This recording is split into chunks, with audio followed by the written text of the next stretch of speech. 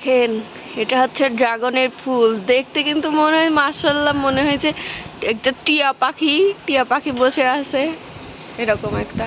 তবে একটা দুঃখের সংবাদ আছে যে যতগুলা ফুল আসছে আর কি, একটাও টিকলো না। কেন টিকলো না আমি বুঝতেছি না। এটা ফুল ফোটার পরে মারা গেল, ওই যে ওটা মারা গেল, আর গাছে যে পরিমাণে ফুল আসছিল একটা ফুলও থাকে নাই। তারপরে এরকম হয়েছে, এরকম এখন 6-7টা আছে।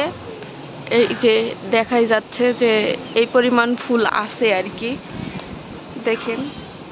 আর এই যে এখানে একটা ফুল আছে, এই ফুলটা আবার হলুদ হয়ে যাচ্ছে। আমি এখনো ভরসা পাচ্ছি না যে এই ফুলগুলো আসলে টিকবে কিনা, ফুটবে কিনা।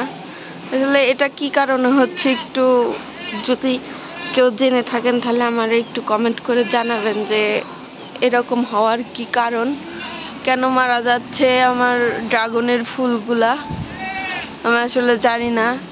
আমি কোনো ভাইরাসও দেখতে পাচ্ছি না, বাট আমার অদেখা ভাইরাস তো থাকতেই পারে।